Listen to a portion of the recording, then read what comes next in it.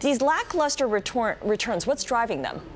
Well, a lot of the endowments have decided that private equity is the way to go for them. And if you look at some of their allocations, the larger ones, according to this study, had about 43% in alternatives. Ooh. If you look at Yale, they're about 60% in alternatives. Wow. And traditionally, private equity has given them pretty good returns. But you look at how the stock market is doing, and the smaller endowments are more invested in the stock market, and that's how it's going.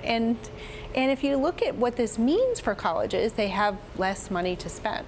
Yeah, all they needed to do was put in a couple of index funds, basically. Yes, 60-40 would have fared them fine. They'd be up about 10%, not the 5% that they're currently up. So talk to us about the ramifications for this, because are they going to have to dial down spending? Are their institutions going to be hit? Well, I mean, that's something they really have to think about, because they don't want to dip into their principal. And typically they like to say that they like at least 7% to pay for spending, which is typically 4 to 5% plus inflation.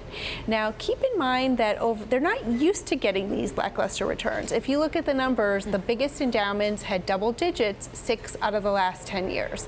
So, of course, there was a downturn a couple of years ago, and the 10-year return is not as bad. It's in the 9s. And this is the first year that the recession is out of that 10-year return. So it actually looks much better. And they said they can do with an annualized return of 9 years over the decade. But if you look where the better returns are, it was at the beginning of the decade.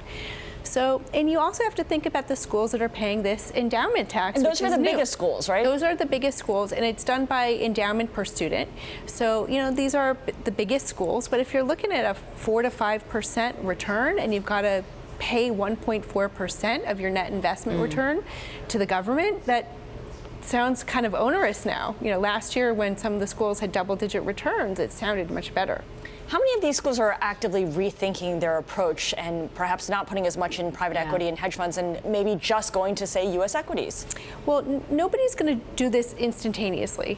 And this is a college-related enterprise, so it's going to take a while. Of course, but you know how private equity works. You're not getting out of these funds; you're in them for 10 years.